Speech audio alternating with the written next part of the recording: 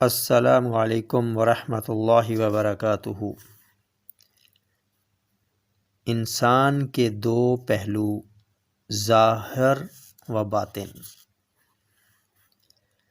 جس شخص کا باطن اور اندرون اچھا ہو وہ کسی کا خوف نہیں رکھتا، اور جس شخص کا باطن خراب ہو وہ کبھی چین نہیں پاتا۔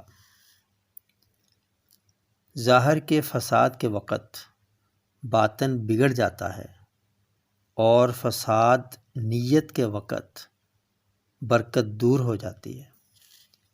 خوشی ہے اس شخص کے لیے جس کا اندرون پاک اور ظاہر اچھا ہو، اور لوگوں سے اپنے شکر کو دور رکھے۔ موجودہ چیزوں کی حالت سے آئندہ چیزوں کی حالت کا پتہ چل سکتا ہے۔ جس شخص کا باطن اچھا ہو اس کا ظاہر بھی یقیناً اچھا ہوتا ہے۔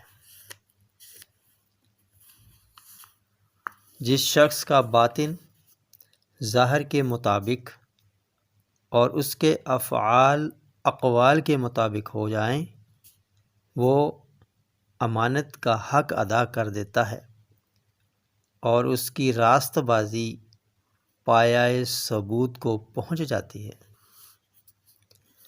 ہماری جماعت کے لوگ نارنگی کی مانند ہیں کہ اس کی بو نہایت لطیف اور پاکیزہ، اور اس کا ظاہر اور باطن خوب اور اچھا ہے۔